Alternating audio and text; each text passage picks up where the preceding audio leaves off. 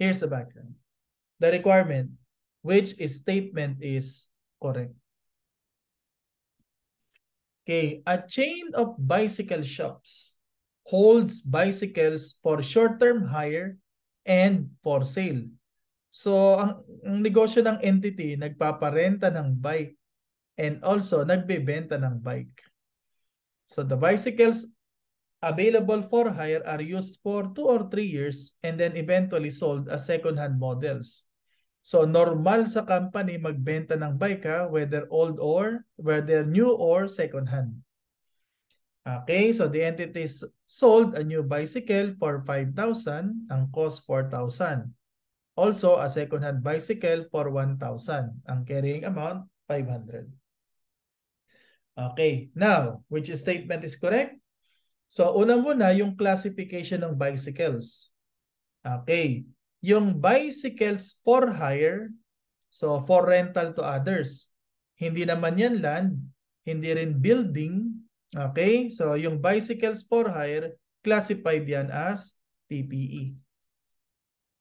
Okay, so kasi for rental to others hindi naman land, hindi rin building.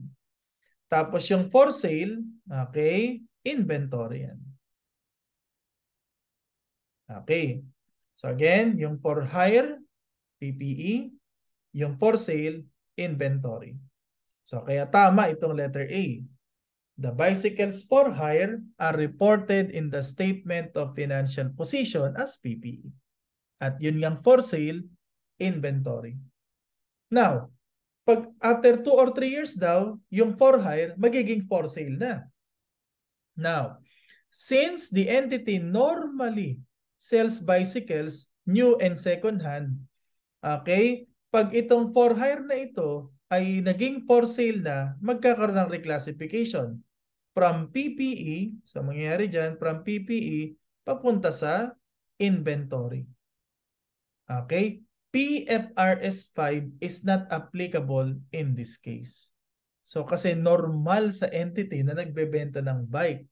So kaya kung yung for hire na yan ay maging for sale, from PPE, i-reclass siya as inventory, not as NCA held for sale. So kaya mali itong letter B. PFRS 5 is not applicable in this case. Okay? So, since hindi applicable dyan ang PFRS 5, so from PPE, maging inventory yan, kaya pag eventually sold na, yung proceeds, revenue yan. Tapos yung related carrying amount, cost of sales yan. Kaya mali din yung letter C. Okay, so treated na yan as inventory. Tapos pag binenta na, sale of inventory na yan. So kaya mali dyan yung B and C. So the correct statement, A only. Okay, so ayan yung non-current asset held for sale siya, not in the ordinary course of business. Kasi kung for sale yan, in the ordinary course of business, inventory yan. So in that case, PFRS 5 is not applicable. Kaya pag ang tinanong dyan, sales revenue. So 5,000, 1,000, sales lahat yan. Tapos magkanong cost of sales? 4,500.